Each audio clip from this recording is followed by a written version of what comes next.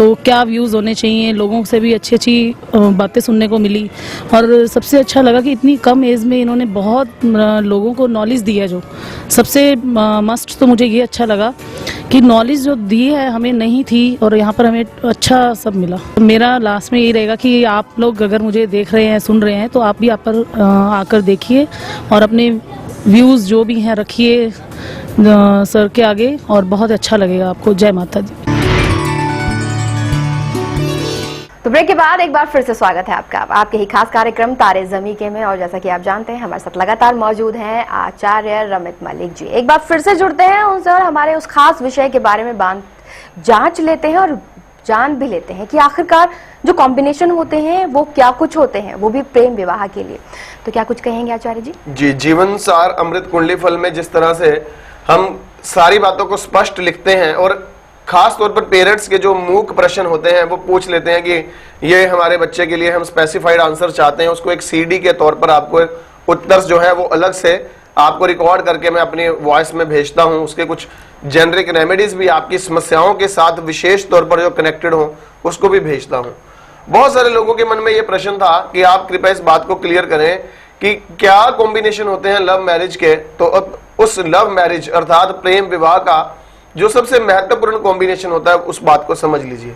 आपकी जन्म पत्रिका का 7वां घर जो होता है वो आपकी जन्म पत्रिका के लिए 7th हाउस आपकी कुंडली का आपके शादी से संबंधित घर गिना जाता है। और जो आपकी जन्म पत्रिका का 5th हाउस होता है वो 5th हाउस होता है आपके जीवन के लव अफेयर का। अब ये दोनों part love affair plus marriage, जब ये दोनों पार्ट कुंडली के अंदर जुड़ रहे हों तो फिर वह इंसान खास तौर पर अपने परिवार, अपने कुल की मर्यादाओं को ताक पर रखकर भी किसी भी तरह से अपने उस प्रेम को विवाह में कन्वर्ट करने के लिए पूरी तरह से आतुर रहता है। यह बात समझने योग्य है। सीधे शब्दों में 5वें और 7वें घर के स्वामी ग्रह अगर जन्म पत्रिका के अंदर कनेक्टेड है, कनेक्टेड का मतलब कुछ भी हो सकता है, PAC अर्थात पोजीशन, आस्पेक्ट और कंजंक्शन। अगर 7th हाउस का लॉर्ड 5th में और 5th का जो है वो खास तौर पर आपकी जन्म पत्रिका के अंदर 7th में चला गया तब भी, 5th और 7th हाउस के लॉर्ड एक दूसरे को आस्पेक्ट करें तब भी, 5th और 7th हाउस के लॉर्ड कहीं भी इकट्ठे बैठ जाए तब भी, ये कॉम्बिनेशन होता है 5th और 7th हाउस का आपसी तौर पर कनेक्टेड होना।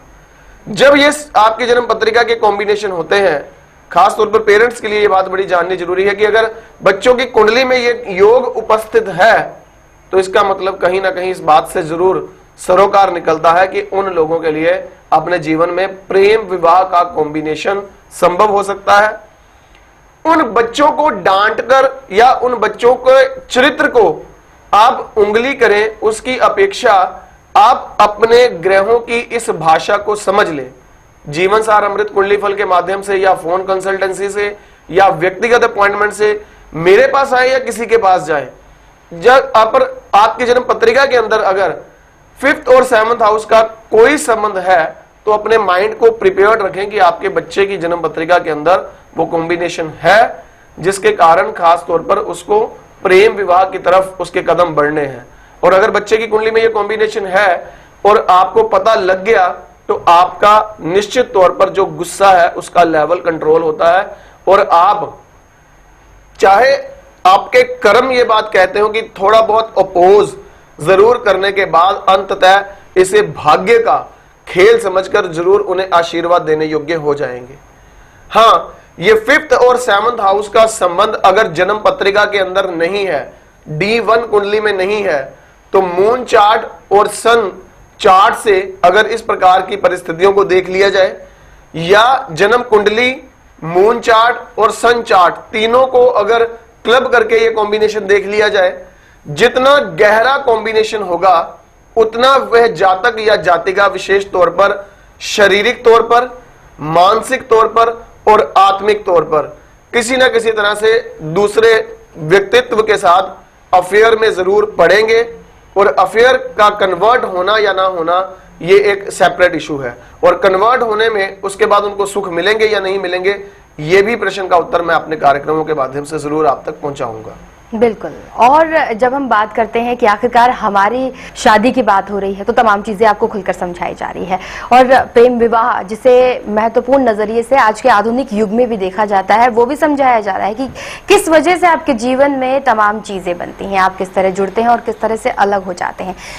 चीजों को आप समझ सकते हैं। जीवन सार अमृत कुंडली फल लगातार आप आचार्य जी के मुख से भी सुन रहे हैं इस विषय में, लेकिन अगर आप बनवाना चाहते हैं, आप जानना चाहते हैं कि आखिरकार आपके भाग्य में लिखा क्या है, आप किस बिजनेस की तरफ या किस जॉब की तरफ जाएंगे, या फिर आपकी पर्सनल लाइफ किस तरह की रहेगी, तमाम चीजें आपको समझाई जाएंगी, वो भी इस खास कुंडली फल के जरिए। तो जीवन सार अमृत कुंडली फल बनवाने के लिए आपको करना क्या है, आपके स्क्रीन पर लगातार नंबर उपलब्ध है, और आचार्य जी से अगर आप मुलाकात करना चाहते हैं, आप जानना चाहते हैं अपने बारे में और उनके समक्ष अपने समस्याएं रखना चाहते हैं और उनके सीधे मुख से जानना चाहते हैं कि आखिरकार आपके जीवन में क्या खास होने वाला है, तो इसके लिए भी आपको यही करना है। आपके स्क्रीन पर उपलब्ध नंबरों पर आपको संपर्क साधना है।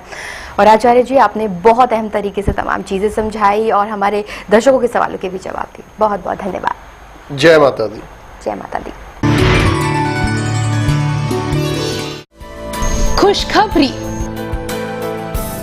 अगर आप दिल्ली एनसीआर या उसके आसपास के क्षेत्र में रहते हैं तो आप प्रत्येक सप्ताह में मंगलवार और बुधवार को अपने गुरुजी आचार्य रमित मलिक जी से व्यक्तिगत तौर पर मिलकर अपनी समस्याओं का समाधान प्राप्त कर सकते हैं।